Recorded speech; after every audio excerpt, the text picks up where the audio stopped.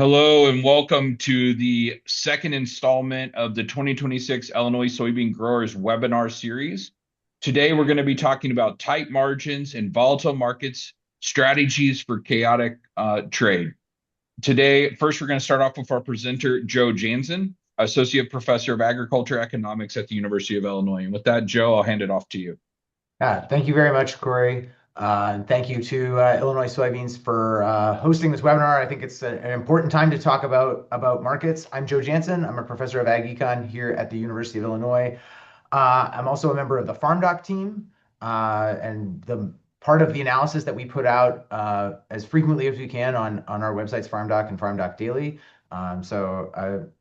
If you sort of interested in more of our stuff, check that out there. And we're at the FarmDoc team really grateful to the Illinois Soybean Association for their support of what we do here and the analysis that we try to do to support ag here in the state of Illinois.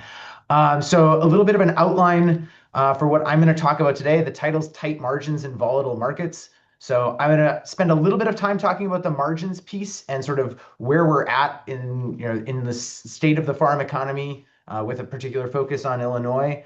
I'm here in Champaign-Urbana. Most of the people right around here, even when I get out of town and talk to farmers, I'm more excited to talk about our basketball team than they are to talk about the state of grain markets.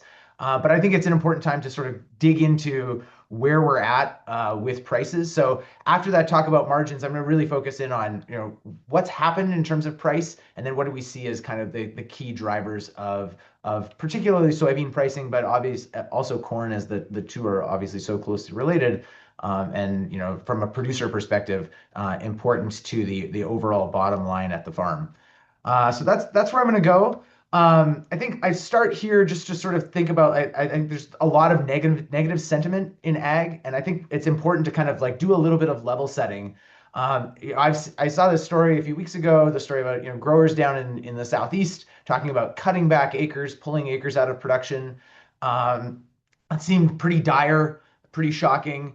But I think there is this sentiment sort of more broadly across the Corn Belt. I look at something like the Purdue Ag Economy Barometer that our colleagues over at Purdue put out every month. That's the graph on the right. The level of this thing doesn't seem to totally sort of make a lot of sense in the sense that it's been very, pretty stable over the about 10-year history that it's existed. But we do kind of get a sense of like, what are the farmers feeling? How do people feel about the market? And particularly, how do we feel things are going to be in the future relative to where they're at today? And we saw, the most recent print on this saw a pretty major drop in that index of future expectations, coming much more in line with where things are. So a sense in which like maybe things aren't going to get better really quickly. And I think it's important in times like that when things are challenging to think about, where are we truly at? What is the level, and how does this compare with our historical experience? And so that's what I'm going to do is sort of do a pretty data-driven review of the state of margins and prices as they stand today here in February 2026. I'll talk a little bit about returns and farm income. This is probably one of the most widely things we put out at FarmDoc is our estimates of farm income here in the state of Illinois, with a particular focus on grain farms, which tend to be the farms we have the best data and information on, given the size of the livestock sector here in the state. And then our crop budgets, which tend to be a pretty important benchmark for thinking about, if not sort of like, the particular experience of any farm, sort of what is like the overall state of farm profitability. So this graph we've put out, it shows farmer returns to a 50-50 rotation, corn and soybeans here in central Illinois, factoring in a full return to farmland. That is sort of like net of a full cash rent. The history shows that we have gone through periods, in fact, pretty long periods, where net farm income, those projected returns have been pretty close to zero, and that's basically where we've been the last number of years. 2023 was a particularly tough year. 2024, a little bit better, and then we have projections now for 2025 and 2026. Those show that a slight profit in 2026, mainly on the back of projected ARC and PLC payments, and then these farmer bridge assistance payments that should be going out here in the month of February. Factoring all those into 2025 farm income, we project a slight profit. Next year, again, a return to a loss, but again, very, very close to zero. Essentially, it's saying margins are, yes, very, very tight. Um, Government payments have been kind of keeping things pretty close to above water or near that water level defined by zero here. So that's the state of margins. They are indeed tight, as the title of the webinar would suggest. Um, but looking at sort of not just sort of our profitability projection that's based on like this full return to land, thinking about net farm income, are we sort of covering the expenses of the farm? Our data would suggest that on average, 23 and 24, we eked out slight profits. That's not sort of a full return to land necessarily, but the average net farm income based on the farms that we see enrolled in Illinois FBFM, our partners here at the U of I, who do a lot of great work with farm financial data, would suggest, on average, farms are eking out a profit. But we're really concerned about sort of the bottom end of the distribution. So no farm is truly, we know that no farm is average, every farm is unique. And there are some farms that are really taking on pretty significant losses and eating into working capital. So the thing that we look at is sort of, is that farm prepared to move into next year? Do they have the working capital to operate going forward into the future? And I think at the bottom end, we are pretty concerned. So this graph shows financial liquidity, working capital relative to returns. So sort of like kind of making comparisons across all the farms that we see across the state. The farms at the top end have more than sufficient working capital to keep operating. They've eaten into that working capital a little bit. That's the top blue line. The farms at the median in the middle of the distribution, eating into working capital in a more significant way. But it's the farms in that bottom quartile, so the bottom 25% of farms that have multiple years now through 24, and then obviously in 25 again, we would expect maybe not as severe a drop in working capital, but we expect to see that again. And those farms are really kind of in a difficult situation with respect to their the flexibility that they'd have to make operational decisions going forward into the future. Now, the other part of this is that farms are taking on debt. And so we're seeing like debt expenses kind of go up, and that's kind of being one way that working capital is going. More of that working capital is going into interest expenses. I'll talk a little bit about production costs because that's obviously an important part of this. We release benchmark estimates for production costs here in the state. For that 50-50 corn soybean rotation, we're expecting a slight, we forecasting a slight uptick in per acre production costs relative to 25. Both of those are sort of based on incomplete data because we know a lot of the farm financial data that we get for 25 is just being finalized now. But everything we see suggests that maybe production costs not moving a whole lot. We are seeing some increases in certain cost categories, which I'll get to in just a second. Now, still sufficient returns to cover those non-land costs. But when we factor in sort of the full cost of production, it's pretty difficult to get to that level. Our break-even projections and sort of, as we're going to talk about price here in just a little bit, with higher costs come a higher projected break-even. So our break-even was right around 458 for corn and 1062 for beans in 25.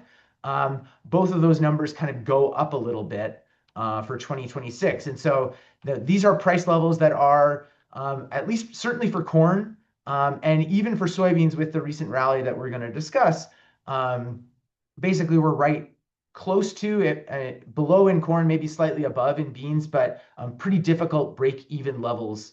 And that's sort of where the making good grain marketing decisions becomes even more important in an environment like this. This is sort of, I would say, the motivation for why should we be sort of sharpening our pencils on grain marketing in 2026.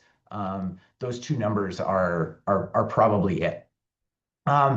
Where have these cost changes come from? A lot of it is coming from the increased debt that certain farms are taking on. So it's not the whole distribution taking on more debt. Those farms with sufficient working capital are actually in a relatively low debt situation. But it's where we're really concerned when we think about our crop budgets about sort of all farms, and that median farm even is having to take on additional debt. That cost of that debt is more expensive. So the biggest increases that we see relative to where we were in that sort of pre-2020, the earlier period where we had low margins, we've seen that overhead cost, and really the biggest driver of that is higher debt costs, higher interest costs on non-land debt. But we've seen increases in the last 6 or 7 years over all categories. But the biggest increases coming in that high inflation period during 2021 and 22, and we've seen a little bit of cost relief. Some of it on the direct cost side, though we see fertilizer prices for 26 being higher than they were a year before. And we are seeing some very, very modest relief on the land cost side. So that number has gone down the last number of years. And we are seeing cash rents adjusting, but I'd say those cash rental rates tend to be very sticky. And so we're seeing only very limited changes year over year in cash rents here in Illinois. We look at two data sources. The middle of this table shows changes between 24 and 25 from USDA's measurements of cash rent, sorted here by different classes of land. So especially at the top end, seeing changes in average cash rents from USDA data. But if we look at another source, that is data from the Illinois Society of Farm Managers and Rural Appraisers, they're projecting for 2026 really changes in these modest adjustments in cash rent across the board. And I think that's going to be one of the things that's going to happen to get us back to profitability, because on the price side, as we're going to talk about, there's kind of limited scope there for adjustment. So diving into kind of the meat of today's presentation, that is what's happening to soybean and corn prices. I think it's helpful to go through a little bit of history, not because I believe that past price history is a great predictor of where prices are going in the future, but it is important to know where we're at, the state of the market today, and when we're in a particular situation, the market's going to react differently to different pieces of news. And so it's helpful to sort of have a sense of the state of play as it exists here in this pretty important pricing period, that sort of pre-planting pricing period, that one sets our crop insurance levels and the kind of margin or revenue protection that we get from crop insurance, and then also sort of driving a lot of acreage decisions, and then potentially the marketing decisions that farmers are going to be making now and really for the next 20 months for this 2026 crop. So I think it's helpful to have maybe a little bit of a long run view, and this graph kind of shows that what is a roughly mid $10 soybean price is a slightly above $4 corn price. Where is that in kind of our historical experience? And I think it's helpful to note that for the last about 20 years, really since the ethanol boom of the mid 2000s, we're kind of right at, if we think about, these are US marketing year average prices, so a reasonable representation of the price received by farmers, so a cash price, not the price on the board, which I'll get to in a second. Our current projections in our crop budgets are a 10.40 price for soybeans and a 4.25 price for corn, and both of those levels are right in line with the long run average price for this more recent period. We've seen nominal prices. Yes, they've rallied a few times, and we've had sort of those really kind of two big booms in that 2012 and 2022 period. But we're right at long run price levels. Looking at prices on the board, the dark lines here show the new crop futures prices, both for corn on the top, soybeans on the bottom. For corn, we've really seen this market kind of grind sideways. Even that big move in January reacting to the USDA most recent production data, where we saw prices drop pretty significantly on a single day with the release of the January report. We've kind of gained most of that back. And really, the new crop pricing picture for corn is, we're right in that 10, in say that 460 price December futures, in spite of some of the rallies and drop offs we've seen on the nearby futures price. So the market really saying, okay, we expect this. I think the market's saying this market's reasonably well supplied, and this is kind of what you can expect in terms of pricing, given expectations about production and the state of demand for corn. For soybeans, the story's a little bit different. We saw that pretty significant rally to a price above $11 back in October, November. Market gave most of that back. And we've seen another sort of bout of optimism. I think the interesting thing is, in particular, this second rally really much more driven by much stronger in the terms of nearby prices than in that new crop futures price. So we've seen that gap open up, and I'll show spreads here in just a second. So looking at old crop calendar spreads, this is kind of a sense of like how well does the market view sort of the immediate supply and demand picture. We see, we've actually seen pretty significant weakness in corn spreads in the last couple of days, dropping back to sort of, that May futures price being about 10 cents over the March. And again, we've seen sort of, widening out of spreads on the soybean side as well. So I think both indicators saying like the market is reasonably well supplied in the short run for now, in spite of sort of what we see in terms of price levels. And then if we think about spreads between old crop and new crop, sort of what can we think of for pricing in the fall versus where we're at today? Again, corn market saying we're pretty well supplied. That thing's trading at a pretty reasonable carry between July and December. We've seen a pretty sharp inverse open up between July and November futures for beans in the last few days around this rally. So I think the market viewing this soybean price rally as much more short run, even than maybe what we saw with the rally that happened back in November. Last thing I look at is what's happened to basis. So cash prices here in the state of Illinois, these look at sort of average basis values across the state relative to the nearby futures price. And we'd say, we saw pretty typical sort of harvest time basis levels, both for corn and beans. The one thing we saw is maybe some of that basis appreciation happened fairly early on because harvest wrapped up pretty quickly. And now sort of a pretty typical basis pattern, new crop basis bids kind of right in line with historical levels. So then moving on, like where do we go from here? I think we have to think about demand. Demand fundamentals tend to be, the primary price driver at this time of year when we don't have a lot of action in terms of U.S. production news. We're going to get into a talk about acreage levels here in the U.S. That's going to be a hot topic as we move forward in the next couple of months. But really, sort of still to resolve this old crop pricing picture, we have to think about the state of demand.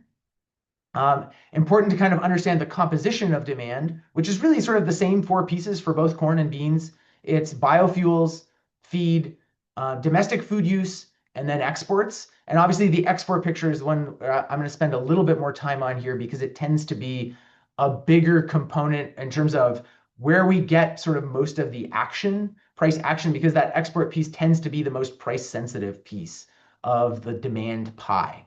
But I'll talk a little bit about feed and ethanol use and why I sort of view those as both fairly rigid, so not going to drop off if prices go up, but not going to be the thing that necessarily moves prices higher because of some of the rigidities we have in terms of domestic processing capacity and in particular domestic feed demand.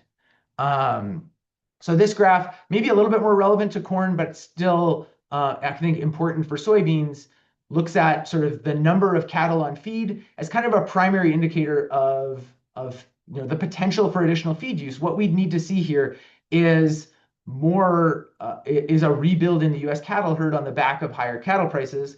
The January 1 print here for cattle on feeds showed numbers down year over year, and very limited indication that we're going to see a rebuild in cattle numbers. We've been actually kind of this number's hung in there in spite of overall cattle numbers going down. The number of cattle on feeds remained relatively uh, buoyant, if you will. We saw a pretty significant drop, but in terms of getting additional feed use and feed demand, I think for the view among most of the sources that I sort of follow and the data that we analyze suggesting herd rebuild is a little ways away, and the prospect for high feed use is potentially limited in the 1 to 2 year kind of time frame that we might think about as being relevant to marketing decisions. Um, on the biofuels side, I think we've seen pretty strong activity.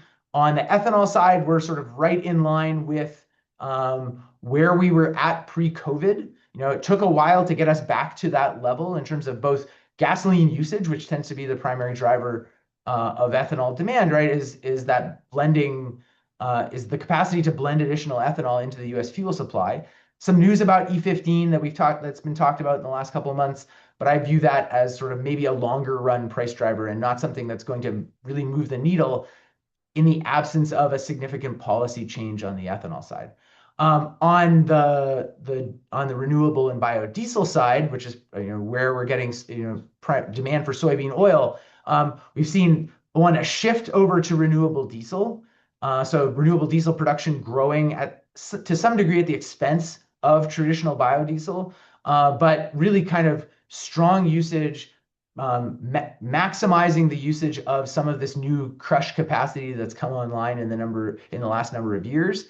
But again, that means that the potential for sort of a massive surge in soybean oil use domestically in the next year or two is relatively limited, and we should maybe temper our expectations about that to some degree. Where we do see this on the pricing side, the potential for some volatility is just the degree to which the value of beans has been increasingly determined by the oil value. So this graph shows the soybean oil's share of the crush value. So what percentage of the output value of a bushel of beans comes from oil versus meal? And we've really seen a level shift in that relative to that pre-2020 period. More volatility in that oil share, but a much higher value of the bean coming from the oil market in the last few years. And I think that creates kind of a little bit maybe more uncertainty because this share tends to be sort of more volatile than it had been in the past. And maybe given the nature of veg oils as a really global market, potentially lots more sources of uncertainty there. So then the last piece of that demand pie, really, we have to talk about exports. And the negative news here is obviously what happened in the fall, the lack of movement of soybeans to China. This graph just shows sort of the seasonality in Chinese soybean imports. There's a time of the year, it tends to be September, October, November, in maybe the first few months of the new year, where the bulk of U.S. beans needs to move to China before Brazilian supplies are harvested and can get moved. So this tends to lag U.S. export data just a little bit because it's based on received shipments of soybeans in China based on customs data there. But it allows us to compare sort of our soybean flows relative to Brazil's. And in that primary period, that September through December period, where we should have started to see movement picking up, we saw a big fat zero. We've started to see those beans move to China, but in a relatively diminished way compared to where they have moved, how they have moved in the past. And that's the headwinds that the soybean market is fighting. Now, some optimism based on some political announcements about soybean trade. But I really love to see it backed up in the data. And this is sort of an initial state to say there's maybe still some challenges there. The other place that we'd see it is in U.S. soybean export data. So soybean export sales, obviously this year have been far off what is a typical pace. And if you project those export sales out to the end of the year, as the green line does here, you say, yeah, it's right in line with current expectations from USDA for marketing year exports. A much smaller share of that overall number is coming from China. So yes, I think we've basically hit, the administration threw out a target for trade with China this year that they had secured as sort of part of this political negotiation around trade.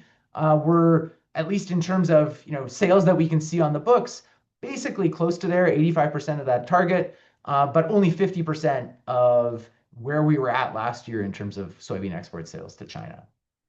On the corn side, the story is kind of the opposite. We've seen really strong corn use, partly on the back of a big US corn crop, but two totally different stories here in terms of actual export sales activity. Now, part of why corn prices haven't moved a whole lot is obviously we had a huge corn crop here in the US, and there are ample supplies that need to get used up. The one wild card to all of this is the fact that US tariff policy remains subject to legal challenge. We'd expect uh, any day now, in the next few months at least, a ruling on the legality of most of the tariffs that were implemented back on so-called Liberation Day back in April. But we also have now prediction markets that tell us, what does the world think about the likelihood that the Supreme Court will rule in favor of those tariffs? And betting markets right now suggest that the probability of those tariffs being found to be legal is pretty low.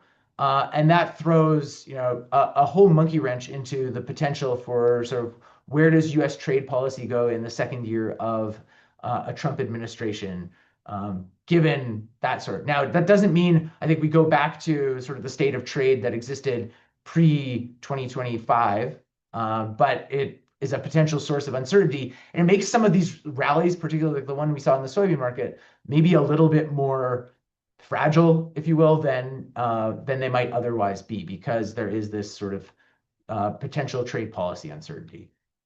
Other thing we should mention, what's happened to exchange rates. We've seen a deterioration in the US dollar really since the beginning of 2025.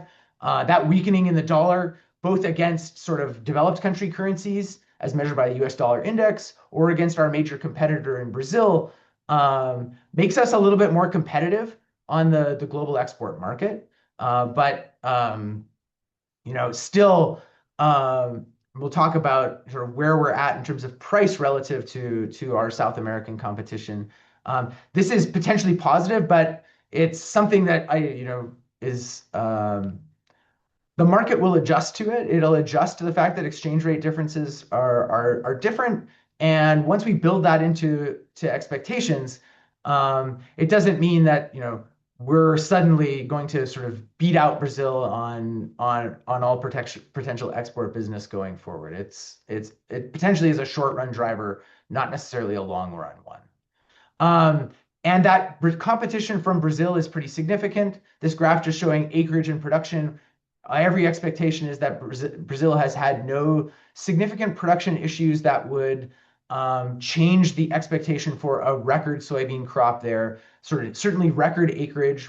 They're growing acres, 3 million acres year over year over year, and they've been doing that for the last decade. And that's going to mean stiff competition in the export market. And in particular, what we've seen is Brazil values, as they typically do at this time of year, with the Brazilian harvest now in full swing. Prices in Brazil, the green line here, sort of at a significant discount to export values from the United States. And that's where we don't expect. I think we shouldn't expect a significant counter-seasonal surge in U.S. export activity, given this number. So I'll move just really quickly to talk about U.S. acreage, because I think that's the other big wild card. I'm going to skip through sort of the history of crop yield and just kind of go into what's the market telling us about sort of the potential for an acreage swing. Obviously, last year we saw a massive swing towards corn acres and away from beans. This year, rotational considerations would suggest we swing back to some degree. So we were at 98 million acres of corn, 82 million acres of beans. We'd expect to see, at least 3 to 4 million acres move on the basis of rotation. And then the market, with this more recent rally, kind of hopefully or potentially buying a few more soybean acres. but the sort of price ratio as a signal is not necessarily screaming for a massive swing towards putting those acreage numbers on much more even footing, where soybean acres are roughly equal to corn acres, as we saw um, even back not that long ago in the last 5 to 10 years. We've seen that play out before, but the signal here is maybe for a slight advantage for beans relative to corn on a purely output pricing basis. Maybe there's some basis there for more bean acres on a cost of production basis. But given that we haven't seen a massive swing in I think that the massive swing in price, the production cost story is not that much different than it was a year ago. I think that would sort of argue in favor of a modest return to beans. So with that, kind of a few summary comments, and I'll turn it over to Darren in terms of thinking about how we might respond to this market situation. I think the important thing to note is current soybean and corn prices are in line with long-run averages. There are some bullish factors that are to play out in the year ahead. Some of that US dollar weakness, I think, helps us. The potential for weather threats in other parts of the world. We are sort of hearing some stuff about weather in Argentina affecting their bean crop. And some of these green shoots that we've seen on the export side in response to some of the political news. But we've seen also that those kinds of rallies can be extremely short-lived. On the bearish side, there's all this trade uncertainty, and I think there are limits to domestic demand growth because domestic capacity for to really use up beans or corn in significant quantity is limited, and so that's a headwind for prices. Farmers are in this continued cost price squeeze. We have stubbornly high costs. Costs don't adjust rapidly to changes in market condition. Continued yield growth, and I didn't sort of tell the whole story of yield growth, but we have seen really great yield growth in the United States. We've managed to maintain that linear trend yield nationally, and in Illinois, really had a solid run of keeping production high and sort of limiting the losses that might occur due to production shortfalls. And that's a positive story as well. Farm financial positions in general, on average, tend to still be relatively strong, but we are seeing that deterioration in terms of, say, working capital, debt to asset ratios, and the like. Improved prospects are going to require higher prices, and so that's where taking advantage of the pricing opportunities when they present themselves, and I think Darren will have some thoughts about that, is important. The other part is the government payments that are being made to the sector, and how do we kind of respond to those? I think one way that we sometimes have responded to those is to hold grain in hopes that prices are going to get better quickly. That can put us in a difficult situation where we've got to market a bunch of this crop that we grew a year ago before we get a new crop from the following year. And so there's kind of like those support payments are great in the short run, but hopefully they don't enable decisions that really kind of put us in a tighter spot going forward. That would be my sort of cautionary tale on the role the government payments are playing. So with that, I'll turn it over to Darren, and he can share his thoughts on the state of the soybean market here as we go into the 2026 crop year.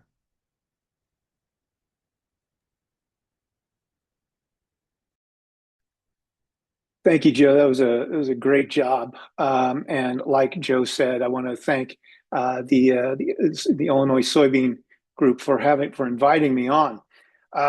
As I was listening to Joe, point by point. I mean, it'd be great, and with Eric as well. We could sit, and again, we will be doing this here in a moment, and have this panel discussion because there were so many points that that we could talk about, kind of take apart in here, because much of what Joe was discussing is exactly what I look at, but just in a little bit different way. So let's start. Joe was talking a lot about fundamentals, and over the decades that I've been doing this, I have created 7 market rules that I use when we start putting strategies together or start to evaluate markets. And so there's 7 of them. And number 6 is fundamentals win in the end. But what do I mean when I say fundamentals. Joe touched on each and every one of them. Cash price, because my extent of economics is one thing. I took 2 classes 40 some years ago. So I have one thing that has stuck with me. I'm not an economist, so I have one thing that stuck with me, and that is the economic law of supply and demand. So if we use nothing else to determine bearishness, bullishness, whatever, except the intrinsic value of the market, that tells us supplies in relation to demand. And these can certainly change, but that's what gives us a good indication. Do we have more supplies than demand? Do we have more demand than supplies? And for that, for the intrinsic value, what I look at is national cash indexes. Now we can take this down to state, we can take this down to regional, we can do local prices. So because that's the thing with supply and demand, with real fundamentals. I might look at it as national and international because of my audience. But when I get questions, we can also break it down as far down as we want to go. And so if we look at the prices, and I know Joe had a nice price chart, going back over a number of years, what we've seen is the cash values for U.S. corn and soybeans coming down, particularly since I think 2022 was when we put a top in the cash values of both those markets, and they've been coming down. Now, we have seen some rallies, and this is skewed, particularly the soybean index a bit. And so this is where rule number 1 comes into play. Don't get crossways with the trend. You got to remember there's 2 sides to every market. There is the commercial side, which basically is our read on fundamentals, and I'll go into more detail on that here as we go along. And then there's the fund side. And I don't mean fun as F-U-N, I mean fund as F-U-N-D. This is the side that sets the trend. All right, and so what we have seen, Joe touched on it. If we go back to last October, November, we saw this big spike in the soybean market, starting in the futures, particularly the old crop futures. And we're seeing it again here in February. Why? What is the driver? Now, I know one of my rules, I believe it's rule number 5, says it's the what, not the why.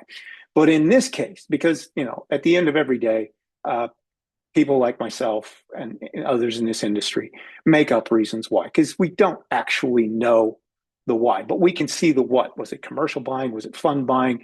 We can tell this by putting the pieces together. But in this case, the why was easy to see. It had to do with social media posts. It's not actual policy. And it may or may not even be true. It's irrelevant, because the design was the underlying reason for any of it was to rally the soybean market. And that's exactly what it did. We saw the old crop futures market shoot higher in October, November, and again here in February.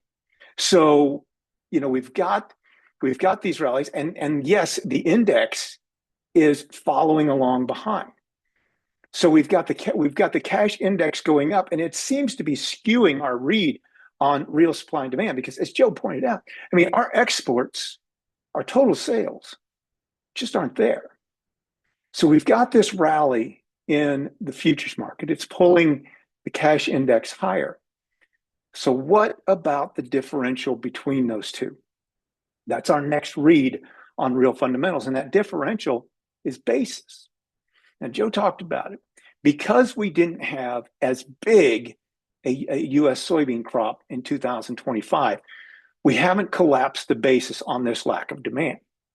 But if we look at the numbers, and I'm talking about futures, the cash index versus both the nearby futures and then the first deferred, to kind of give us a better reading. What we've got right now and what we've had since last fall is the basis, the national average basis, continues to run let me put it this way, below the previous 5-year weekly closes and slightly above the previous 10-year weekly closes. So basis is weak. Basis is weak. So the merchandisers in the business, the merchandisers who are actually in soybeans, understand that there isn't demand. It's not coming back. Again, if we look at, and Joe's absolutely right, there is a time of year, There are 6 months when the U.S. shipments are important to the global market, or at least that used to be the case. Now that window seems to have been shut because by the end of February, historically, by the end of February, the U.S. has shipped 80% of its total exports and then is replaced by new Brazilian supplies. So if we track the weekly export sales and shipments data, which is presumably what's going out and what's been recorded going out, then what we see is U.S. shipments, total U.S., the pace projection for all U.S. shipments is running 36% behind last year. More than a third of what total shipments turned out to be last year. As for China, we're 51% behind last year, just total sales to China.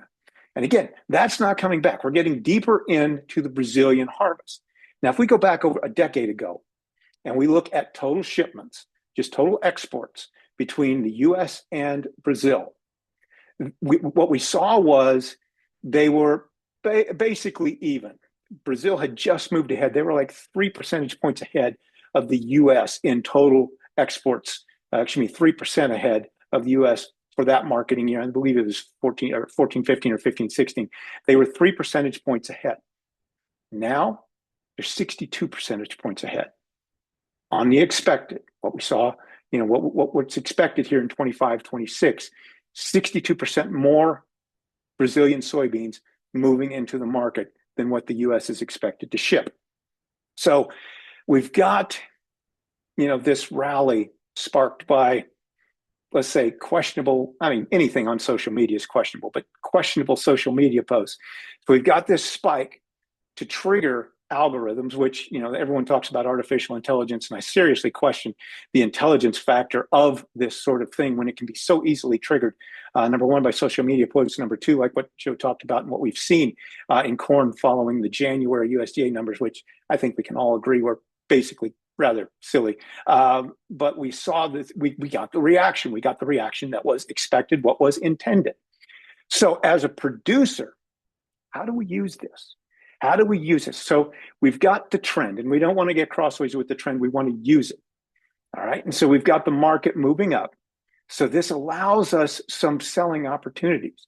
So if we've got new crop futures sitting at $11, $11.15, $11.20, whatever it might be, and that works in our equation as far as, are we going to make money? Can we cover most of our expenses? Will this work for us?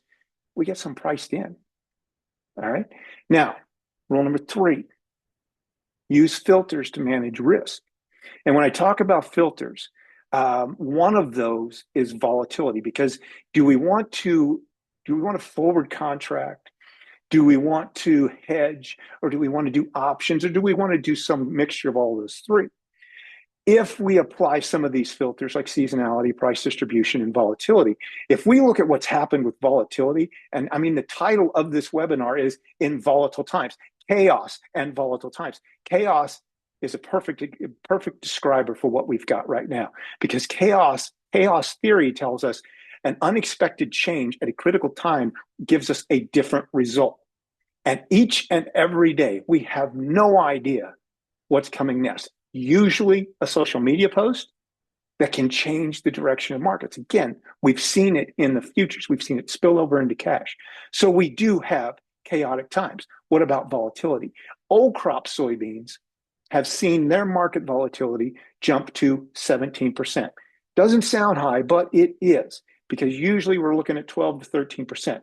And when it comes to buying options, say buying puts as price protection, the idea is like everything else. You want to buy low and sell high. So when we're looking at option strategies, we want to look at what that volatility is, because if volatility is high and we're buying them, think of it this way: volatility acts as a multiplier of time value. So if we're looking at November options, and we can look at some short dated, but if we're looking at any case, that higher volatility is acting as a multiplier, and it means we're paying more for options. So we don't necessarily want to go that route. On the other hand, when we look at this market and we say, okay, the trend of the market is up, but the fundamentals of the market, rule number 6, fundamentals win in the end. The fundamentals of the market don't necessarily back this move. So we can start getting some cash locked in. We can start doing some futures hedges. Yes, there's going to be some margin calls, but that's part of the business. So we can use this manufactured rally to our advantage to get some prices locked in. And that's what we've been doing, because it's not going to hold. Brazil's crop, and from what I understand, reading some folks from on the ground, it's a record large crop, and it's getting larger all the time. Yes, Argentina could have some problems. We're seeing this play out in the soybean meal market again, but any increase in demand for export demand for U.S. soybean meal is not going to offset the export demand lost in soybeans. It just isn't. And I don't care who tells you that it will. It's simply not. The numbers don't add up.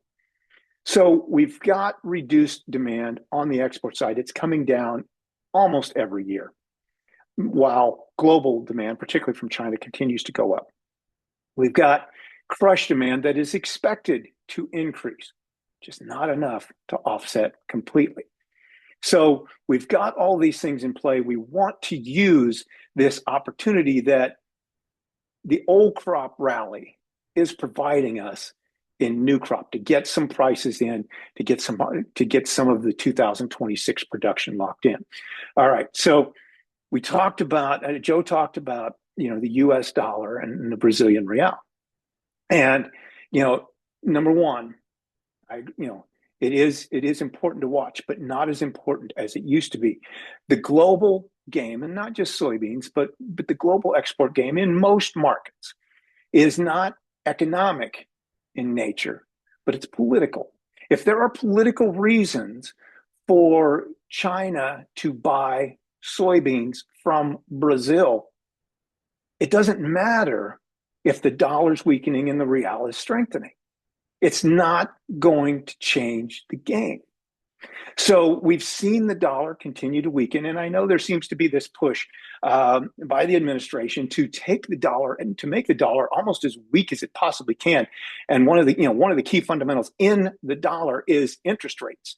And so we know that we've got another Fed chairman coming in, I believe in May. I believe that's when Chairman Powell's term runs out. So we'll be getting and we know who the new chairman is. And his job is going to be to immediately start cutting rates. But what's interesting about this is when it was first announced, we saw the Fed Fund futures forward curve, and this is how we can track what the market's thinking, indicating that next June meeting was going to see another 25 basis point cut. That's been pushed back to July. So the overall economy of the U.S. is saying we don't necessarily need an interest rate cut at this point. There's still a concern about inflation. So the dollar is expected to continue to weaken. We've got the rest of the world selling the dollar because they have no faith in it. And so it's losing ground not only to the Brazilian real, but the dollar index losing ground to the major competitors around the world. So will this make U.S. soybeans, U.S. corn, U.S. wheat more valuable on the global market? No, it will not. So we're going to still be stuck with the same sort of situation where Brazil is seeing its supplies increase. Mother Nature's been pretty kind the last couple of years on Brazilians' production side. And so there really isn't a problem there, regardless of what the real is doing. They're expected to export, 114 million metric tons or some unbelievable number like that. So we've got that situation. So from a U.S. producer point of view, we got to use this rally. Volatility is too high to be able to price much with options, and I'm just not a big fan of doing that at this point. So I would be looking at getting some cash locked in, probably taking care of basis as well, because the theory is the U.S. is going to plant more soybean acres, which makes perfect sense. We've got too much supply. We can tell that in basis. We don't have demand, which we can see on weekly export sales and shipments numbers. And then the demand isn't expected to come back. So what is the answer? Produce more soybeans. Makes perfect sense. Or maybe not. So here later this week, we will get the first look at U.S. expected acres, production, all these sorts of things, with the much ballyhooed and all of the hype surrounding the U.S. Ag Forum. We already saw the baseline numbers released in December, and soybean acres by the accountants at USDA were projected to increase 3.8 million planted acres. On the corn side, it was supposed to be reduced by 3.8 million acres from last year. So I found that an interesting swap. So again, we'll see what that is, but it plays back into our strategies. We can't get swept away by social media points. We can't be overly influenced by social media posts and all of this sort of thing. We have to look at the reality of the situation. Yes, the trend is up. We want to use that trend as hedgers to our advantage. Number two, we want to let the market dictate our action, which is the fundamentals. We don't see a fundamental reason for the market to be sticking at these levels, to hold at these levels.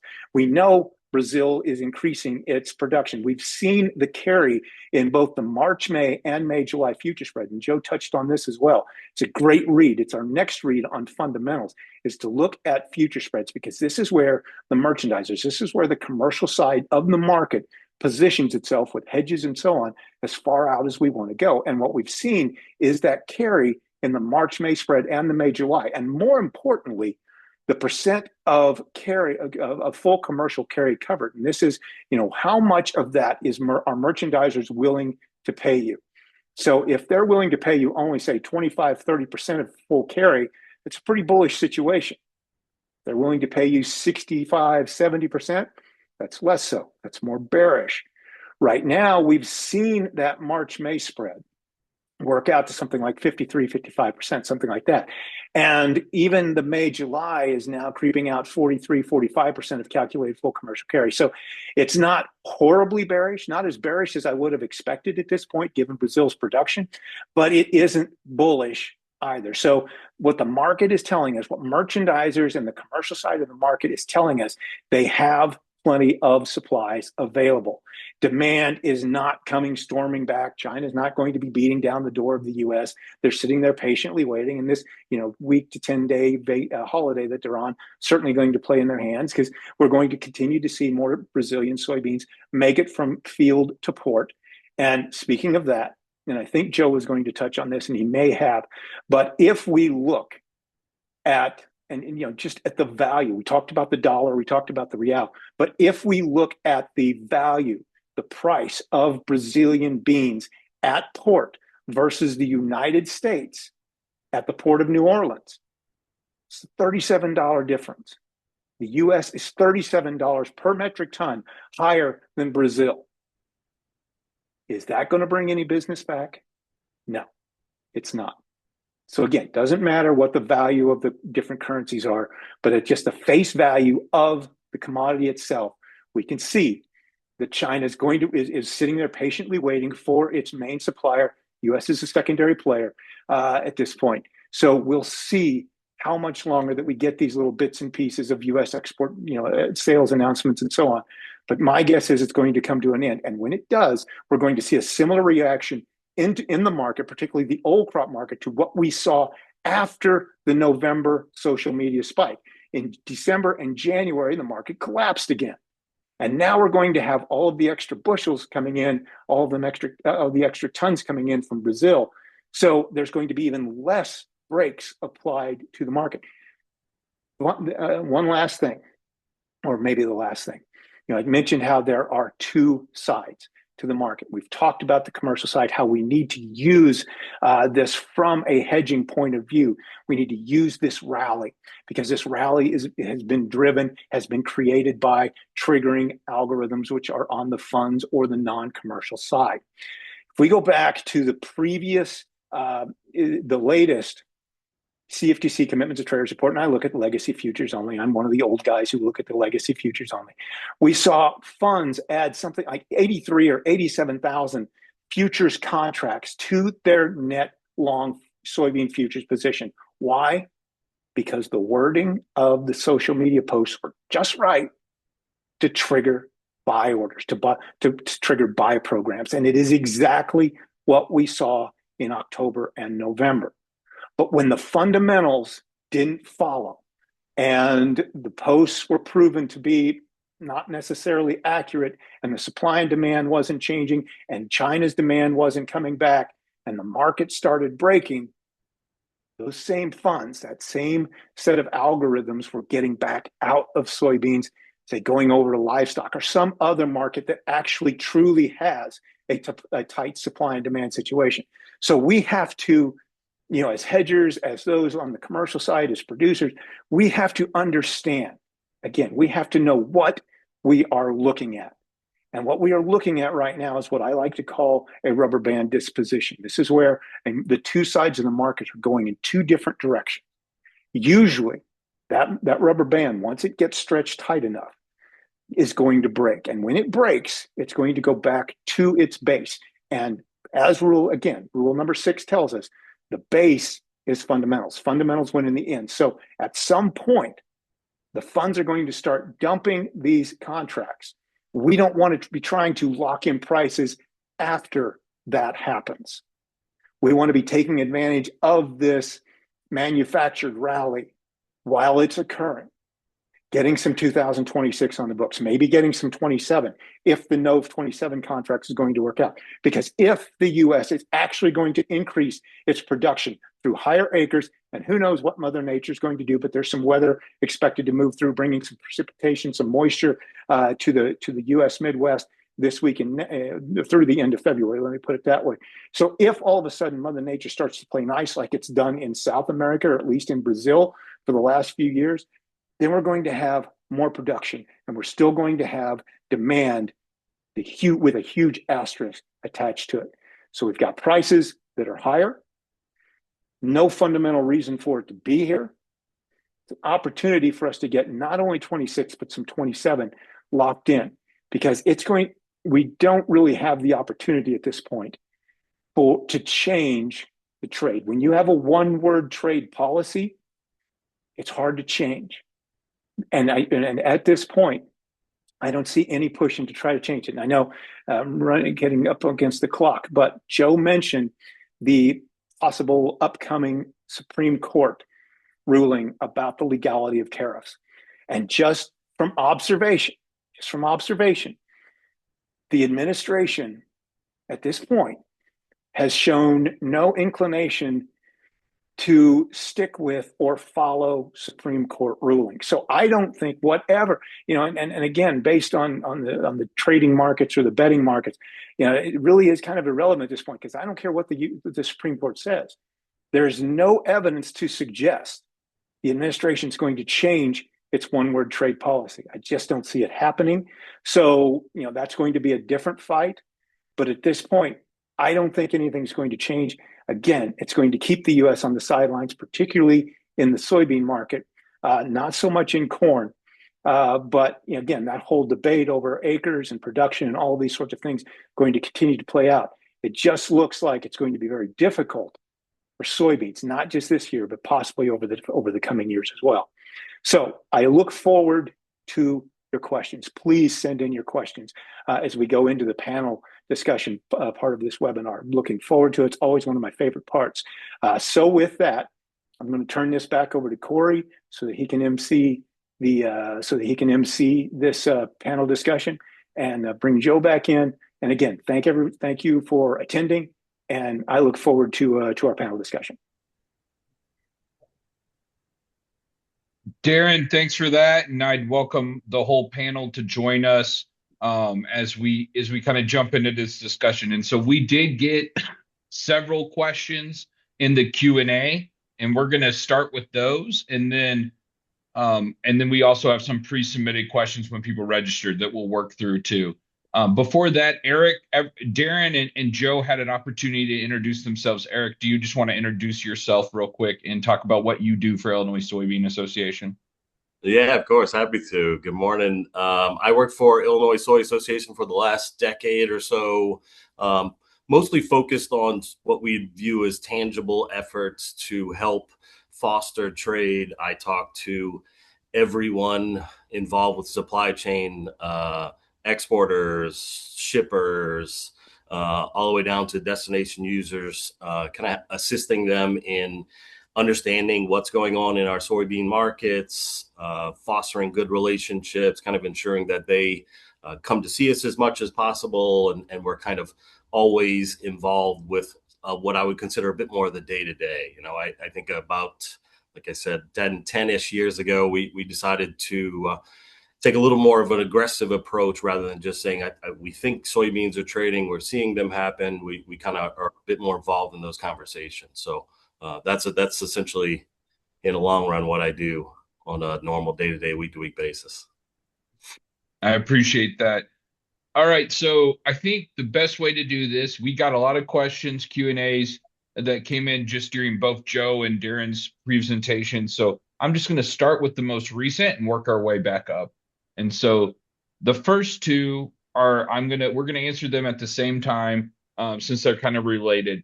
The last government report reflected higher yields in the Dakotas. Was the weather supportive of the numbers shown? And with weather looking to be a major factor going forward, how would you manage the risk?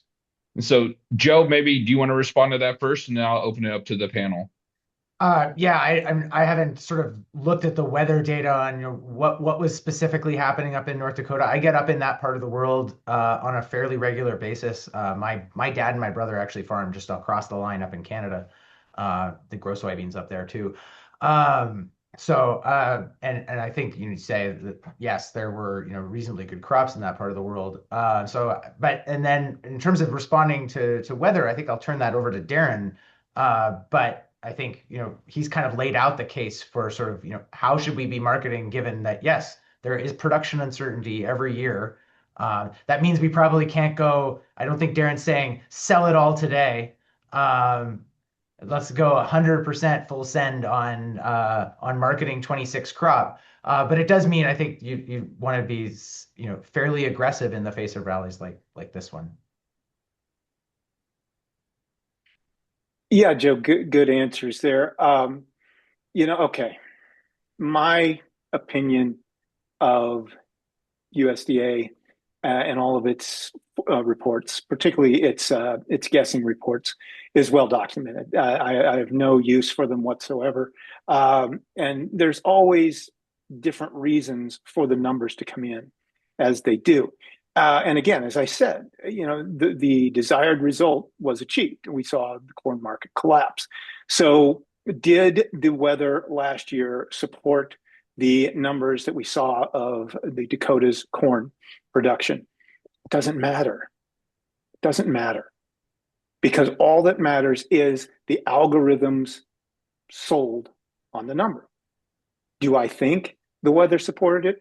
Probably not, but we have seen the Northern Plains weather situation improve. Even as we head into the next planting season, the drought that has been persistent over the plains, basically from the Canadian border down through southern Texas, has been largely eliminated, particularly across the Northern Plains. We've still got some drought readings across the Central Plains. So, as we move into this planting season, it certainly looks like it's going to get off to a good start. Now, there's a long way to go between harvest and up in the Northern Plains. You never know. Maybe you get an August freeze. Who knows? It's hard to tell. But looking back, did the weather support the numbers? It's irrelevant. Looking ahead, at this point, it looks like the situation could be better for 2026. I love that. Did the weather support the numbers? It doesn't matter. I like that thought pattern. All right, so moving on, one more question. Are markets following seasonal trends this year, in your opinion? And so maybe, I don't know, Joe or Darren, whoever wants to jump in here, or even Eric, if you have some thoughts, what are typical seasonal trends for the markets, and are we following those? Joe, let's start with you. We showed sort of what's happened to basis in the last sort of year and a half. I walked through that, and broadly speaking, yes, we saw the weakest basis at harvest, and then we saw a pretty rapid appreciation once we get out of that gut slot period. So that, in the sense, yes. Now, what's happening right now with this soybean rally in February of all times, when we have a record Brazilian crop coming, I'd say yes, that's counter seasonal. And so I think to Darren's point, that's, if there is a counter seasonal rally, that's a signal from the market that, there is an opportunity. Now we can debate about what the source of that opportunity is, but that's an opportunity for the market saying, yeah, bring that crop to market now. Let's move some of this crop that we had from 25.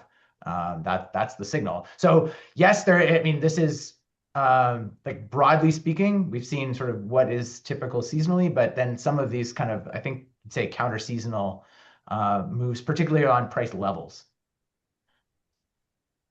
Yeah, I agree, Joe. Seasonally, if we just look at the futures market, this is what we tend to see this time of year. Basis also not a huge surprise in here with both corn and soybeans generally flatlining.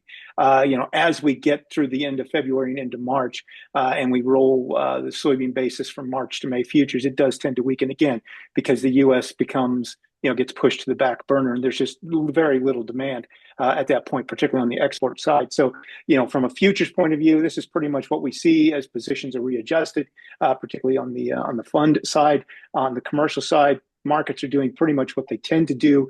Corn going sideways, soybeans, not doing a lot. Maybe those years when we see some weather problems or some weather delays get a little bit of a basis bump in the U.S. market. Really isn't the case this year. So, as we look forward for those bushels that merchandisers may be holding as we get here deep into February, we may want to be consider moving those because, once we get into March, that basis could become a bit of a problem. Eric, is there any? Maybe just to add, just on the export trends, in particular on the export seasonality, we are full on our heads. It, as kind of mentioned between Darren and Joe a little bit before, late, what I would characterize as some low level buying. I mean, everything sort of matters at this point, particularly when you're talking about China. So everything China does matters and drives our export markets as a whole. We think that they have probably gotten about to what was agreed to between the U.S. and China around that 12 million metric tons. The opposite of that, too, is we have seen a good deal of strength from a lot of other markets. The challenge there is that those markets just can't quite compete. We can't. It's nominal in the case of when you're looking at it versus China, anywhere versus China at this point. But I remain optimistic. I definitely agree with Darren. I think we're gonna, there's probably not some save the day exports coming in the next 6 months, but I do think we'll see a great deal of volatility. I think U.S. exporters are going to actively, aggressively look for other markets, and there will be pockets of some exports in times where we just probably hadn't seen them much over the course of the last 20 years, to be completely honest. So efforts will be made there, and that will bring some volatility. It could be short-lived in many instances, being often, like Darren had mentioned, driven by even something as simple as a couple of social media posts. So, yeah. I like Darren. I really enjoyed your comments on social media. I think that they were very pointed, but I think we all knew what was going on there. I did get this question came by text, but I think Joe, it kind of applies to a comment you made about bringing markets coming online in South America. What is the most acres South America could bring into production in the long term? And so I think when we're saying South America, we're mostly talking about Brazil. Yeah. But what are the most acres in the long term? I mean, I've heard numbers like 30 or 40 million more acres. There's significant room and what's happening is you're taking pasture land and converting it to cropland. Then I'm not an expert on Brazil, but the people I talk to suggest like this trend is not going away. That long run acreage trend. Now it's not like it's not and it's not a short run thing, right? If we see it happening year after year after year, it's part of a long run play to expand agricultural supply, in part driven by a pretty like the land is there and the demand exists, and part it's a conducive environment to doing business for agriculture in South America. Darren, any thoughts on that? No, I agree with Joe. I've certainly heard from folks in the industry. that it's almost an unlimited number. Joe's probably right, 30 to 40 million more acres. I mean, let's just take a step back and think about that. I mean, just think about the numbers that could mean, and for what it might be, and how it could, the ripple effects of what we're going to see in the U.S. market, given the fact, we know that over the last decade, and I've been in a number of meetings. I had the privilege to be at a number of meetings where analysts and those in the know of the situation in China, the decision was made. When all of this began, the decision was made that China was going to cut the U.S. out of the equation. And because, we've seen these increases in production, we know that with Brazil being China's number one supplier, that there is a lot going on in the background from the world's largest buyer to make this a reality, to make sure that even in times when Mother Nature may not be quite as cooperative, that there's going to be supplies coming from somewhere besides the United States. And so 30 to 40 million more acres on improved infrastructure, being able to get whatever production is from field to port really much quicker than the 30, 45 days that it used to take. All of these changes have been occurring. And so, again, I think this is certainly something we're going to have to keep an eye on. So, Darren, you brought up China. One of our submitted questions today was just talk about China, exclamation point.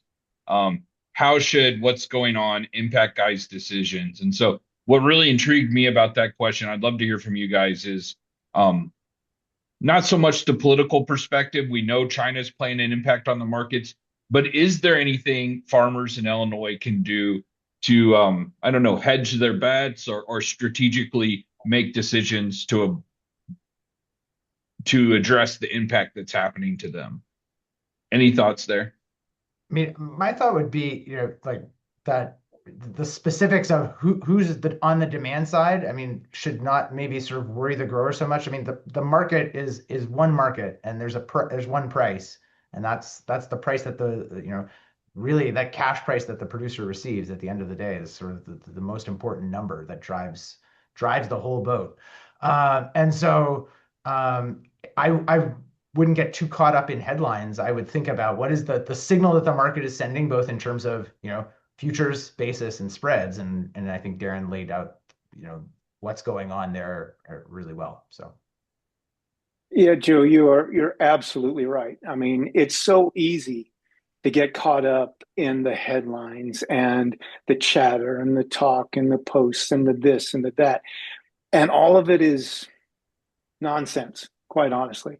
It boils down to price. And as you said, if we're looking at local price, if we're looking at national price, but more direct, if I'm a producer in Central Illinois, I'm looking at local price because, again, law of supply and demand tells us if the local price is going up, that means that the demand is going up in relation to supplies, and we have to use that.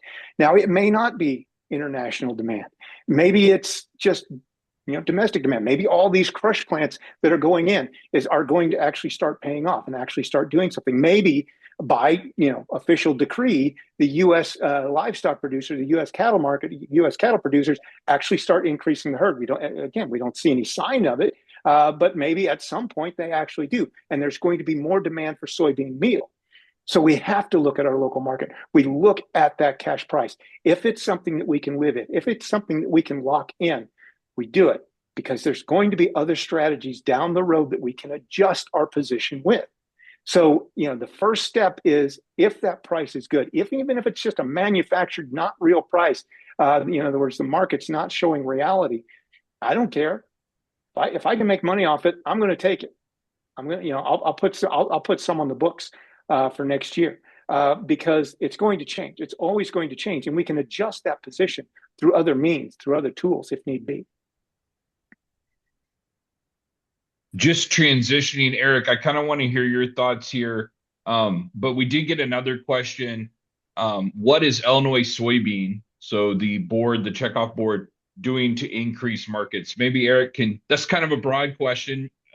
Maybe not talking about China specifically, but what are your thoughts there? Can you share a little bit about what Illinois soybean is Yeah, doing? yeah, absolutely. So as I mentioned, my work specifically interacts with destination markets on a daily, weekly, monthly basis, and a lot of our activities are focused on efforts to kind of provide a total picture of what's happening in Illinois, get to know farmers in a better way, understand the quality, efficiencies.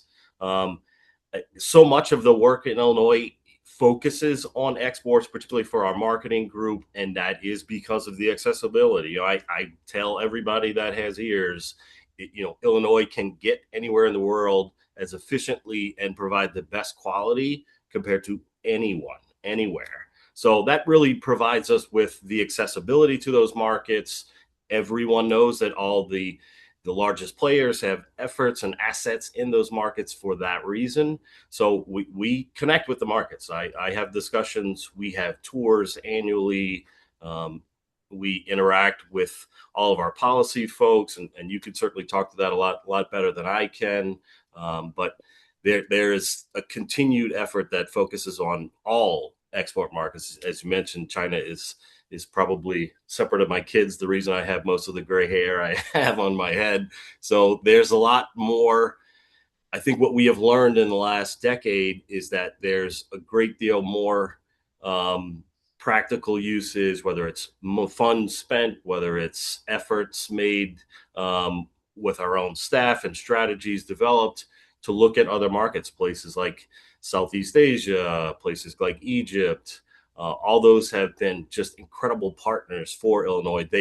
That continues to be the case. So there's a lot of excitement there. I know we've talked in some pretty negative ways about the exports, and for probably good reason.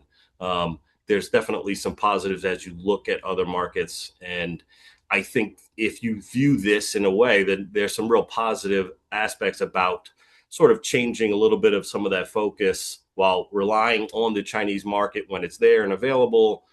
Also understanding the differences in these other markets and getting to know them a lot better has really, I think it's paid off in a pretty healthy way.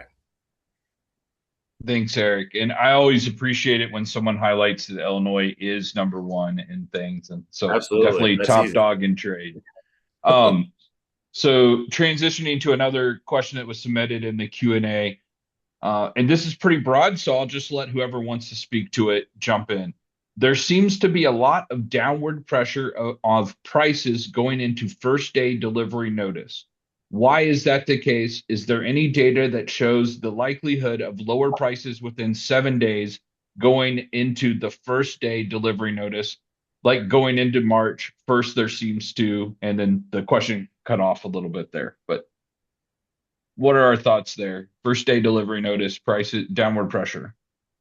I'll jump in first. Now I'll certainly turn it over to the other gentleman.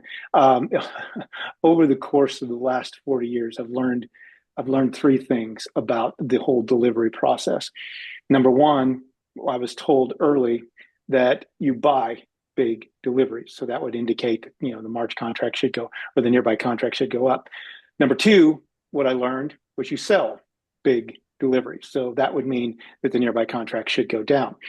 And number three, seeing how those two seem to disagree, I learned, albeit the hard way as a broker, you do not want to be in the delivery process if you aren't actually a large grain merchandiser.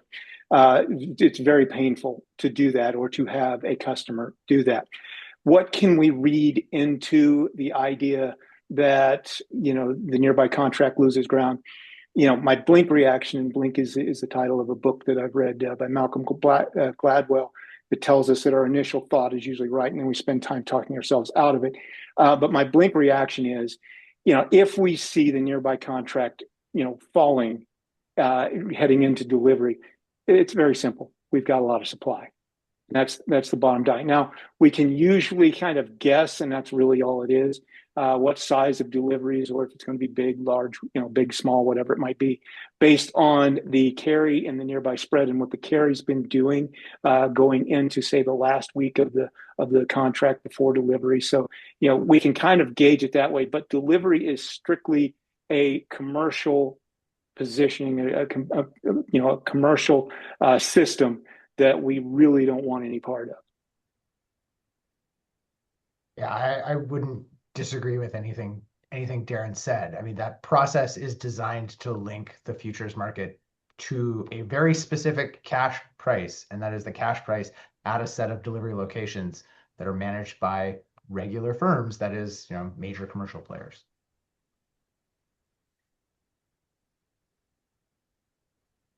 Fair enough. So just so that we can keep moving, because we do have a little bit of a backlog here.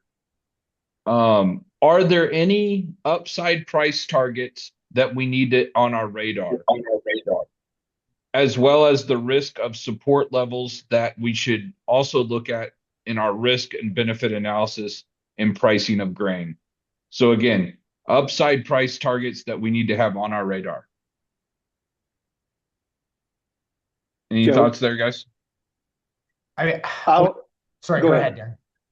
Yeah, what I would put for a price target is, what we need, because again, algorithms are a different breed. I mean, back in the day, we used to be able to read human traders say, okay, so we know they're going to be looking at these support and resistance lines, so we can use those as our targets. We could use price distribution tables to say, okay, this is the upper third, this is the upper 25, whatever percent.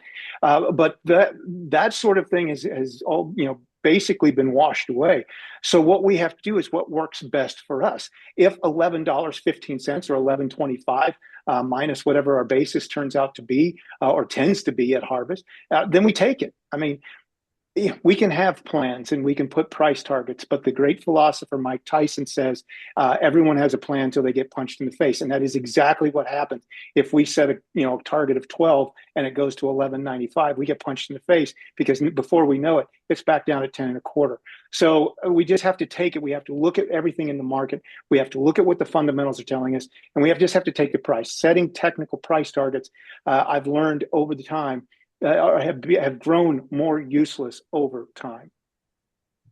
I wouldn't disagree with that, and again, that's why I think I'll pump I'll pump up our cost of production estimates. I mean, and farmers should be thinking about where they stand relative to those numbers.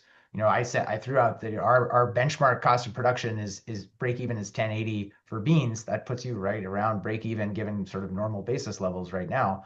But an individual grower needs to know their own situation and understand what works for their operation. When are they pricing at a profit?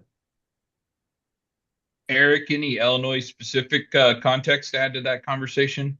No, probably not. I'd say that both Darren and Joe added as much as I could think is totally great comments.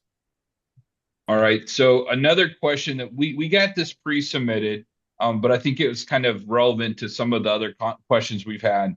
Why has the soybean market only been trading front months and leaving new crop beans untouched or virtually untouched on this rally? So thoughts on why are new crop beans being left untouched on this rally?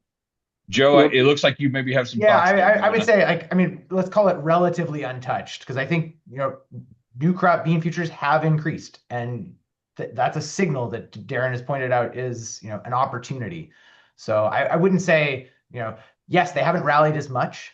And there's a good reason for that, to the extent that the market believes this is relatively short-lived, and that's the signal it's sending. So it's trading the idea that we are going to see, sufficient beans in that new crop period to, match supply and demand at a lower price than what the old crop price is on the board.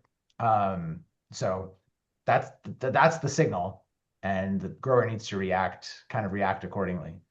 Excellent. Yeah, Darren, I think you kind of spoke. Oh, sorry. Go ahead, Darren. Yeah, this isn't a fundamental question, and again, this just highlights the role that funds play, because funds, generally speaking, are front month contracts, and so earlier this month we went from the Goldman roll that rolled from March to May contracts. So why is old crop market rallying? It's not fundamental. It's because that's where the funds play. So when they get triggered by whatever, then that's where the rally is going to come from. Now, the new crop's going to ride the coat higher. But again, that's where the merchandisers are going to be saying, look, we can get some price, we can do this, and we can do that. And so that's why we don't see as big a rally, because I mean, no one's going to stand in front of the funds. Again, don't get crossways at the trend, because you're going to get run over. But it's all due to funds getting triggered, algorithms getting triggered, and pushing the nearby contracts higher. Excellent. I thought that was a good question. Thank you for those responses. Another question, kind of related, what that came in through the chat. What price level would change the current trend of higher to lower on the nearby soybean futures? It's kind of a related question. Any thoughts there? Yeah, the algorithms use a lot of things. They use volatility, they use moving averages. So, what we have to watch is, say, and each one of them's a little bit different. So maybe the 100-day or a cross of the 50 and 100-day, is going to trigger some of these equations, or some social media post or whatever. So there is no absolute number that is, price that's going to do this trigger, but it's going to be a combination of factors, say maybe volatility getting up to 18, 19%, and that leads to some liquidation. Profits in previous positions getting to predetermined levels, say, 35, 40%, whatever it might be. And then, so it's all of these sorts of things. It's not necessarily price driven. Now, just point out that, I mean, what Darren is talking about is the idea that the funds are trend followers, and so the thing that initiates this reversal is not necessarily clear, because it takes some piece of news that kind of leads to that trend following activity and kind of gets that cycle rolling in the opposite direction.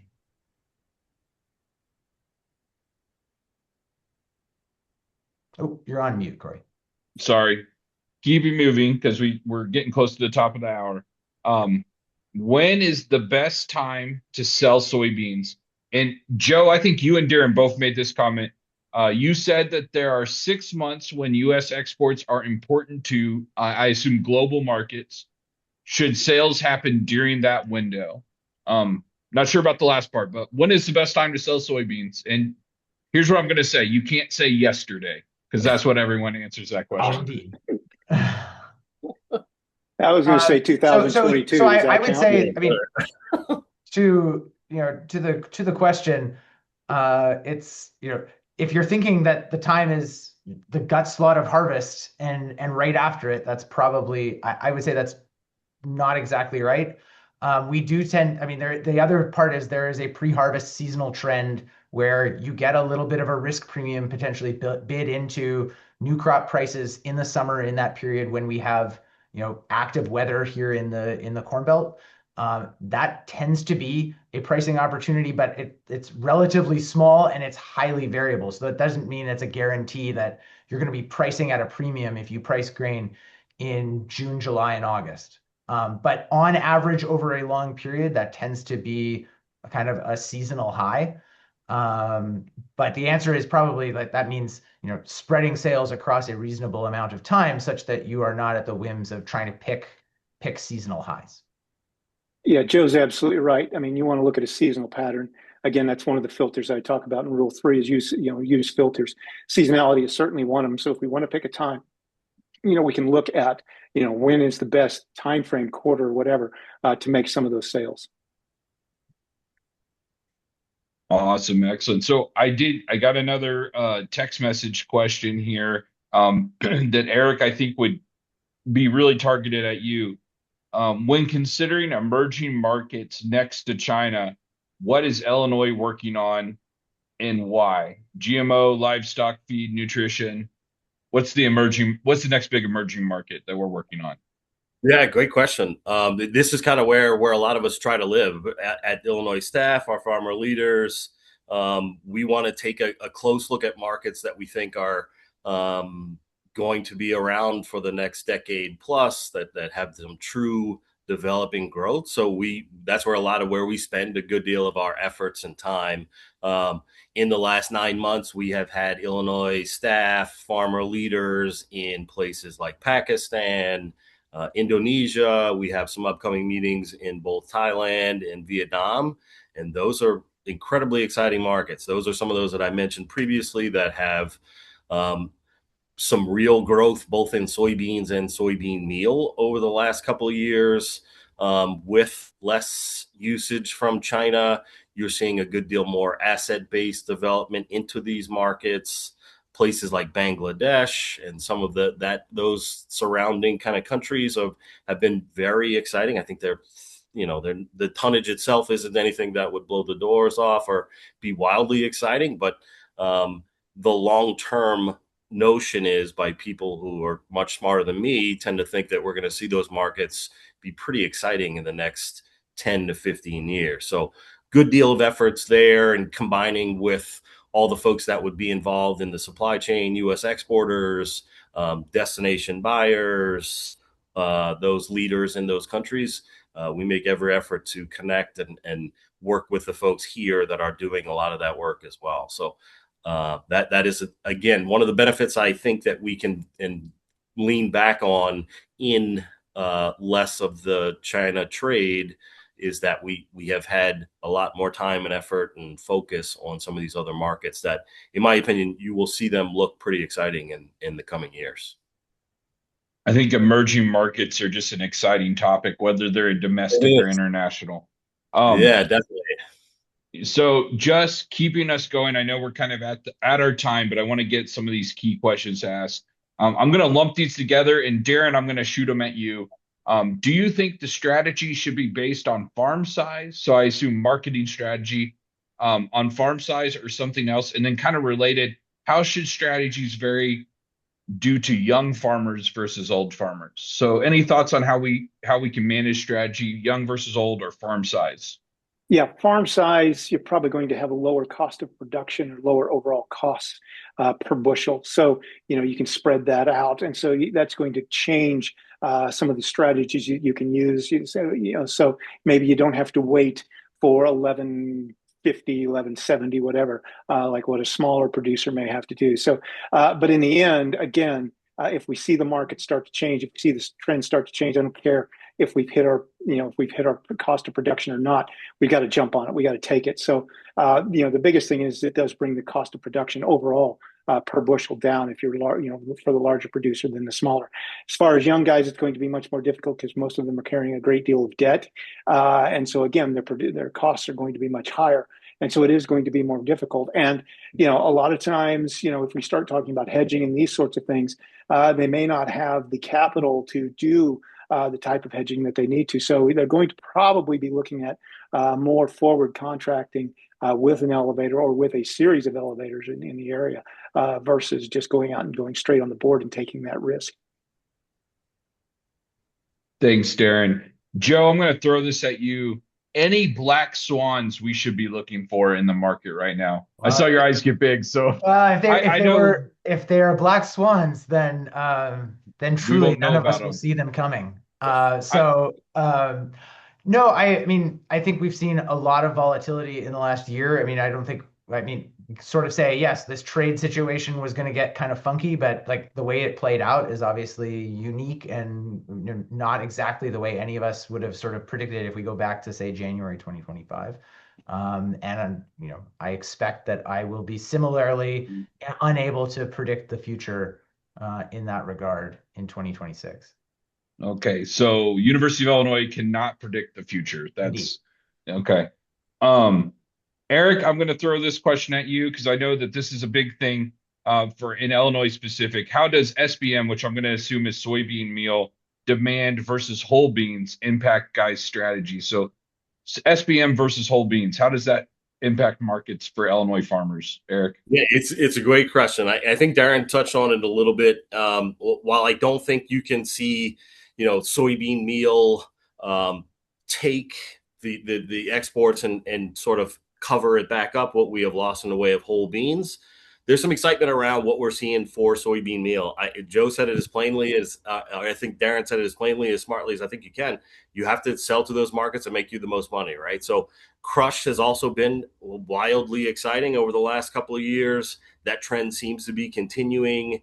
It remains to be a little bit seen if we're going to see a couple of those additional pockets in different parts of the U.S. come to fruition.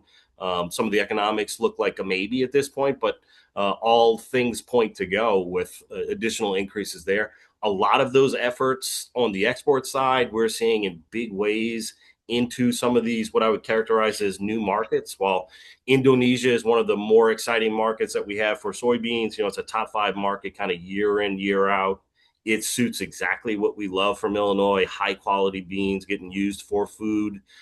They are also a huge soybean meal market, and there's a lot of good development seemingly around there being a whole lot more U.S. meal making their way there. So there's a great deal of efforts being made, not only by the U.S., by the Illinois Soybean Association, but a lot of the U.S. large affiliates that are working to expand potential usage of soybean meals into markets just about everywhere. So while, again, I don't think they make up for what we potentially lose in the way of soybean, whole soybean exports, there's a lot of good positives into a lot of these markets currently. So again, as Darren said, sell to your best market, makes the most money you have. I think the totality of it is kind of hopefully is the objective is to be getting the best value back to our farmers and farmer leaders.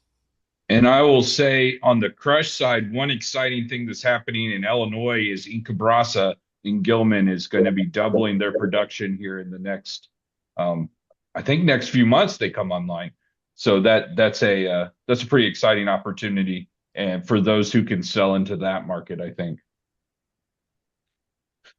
So next question, and Darren, I'll throw this at you. Or through to you, year in, year out, has selling corn in May and beans in June been a successful marketing strategy? In general, yes, because that's the normal seasonal pattern. So if we use those seasonal patterns to our advantage, yes. But I also like to point out that what's something I call a vodka vacuity, there are no absolutes in markets. So while it's a good seasonal tendency, applying, Newton's first law of motion, that trend's going to stay in motion until acted upon by an outside force. And if we don't see that outside force changing, we can certainly pass it. We can certainly see peaks come in before or well after the fact. We're seeing this in live cattle. So again, it's something to target, but if we're just looking at generally, yes, I would say it's probably been profitable more often than not. All right, Joe, since this is kind of trends, do you expect any significant decrease on acreage planted? I assume soybean acreage planted for the next harvesting season. I think we kind of laid this out in our discussion. I mean, I think there is the sense in which we would expect a soybean acre rebound, in part because we planted so many acres of corn last year. That has played itself out with very limited exception. The one notable exception being sort of the peak of the ethanol boom in 07, 08. So the rotational tendency, the benefits of rotation are pretty clear in terms of crop yields at the farm level, and so we would expect to see a rebound in soybean acres. The question is how big of a rebound. The market signals right now are not screaming for a rapid surge in soybean acres in the United States. So I think we get back to, we'll see what USDA says this week, but they'll have a number. Other people have a number. We can talk about the number for the next few months, but if the number is right around 85 million, where USDA was in November, December, I would not be surprised. All right, so that we are past our scheduled time, and I appreciate everyone who was able to stay on while we tried to get through all our submitted questions this morning. With that, I'd just like to thank everyone who is here today. I would encourage you, if you've enjoyed this content, if you appreciate what Illinois Soybean is doing, to become an Illinois soybean grower, and you can look that up or reach out, and we're happy to help you become a member. With that, a round of applause for our panelists, and I appreciate everyone's time this morning.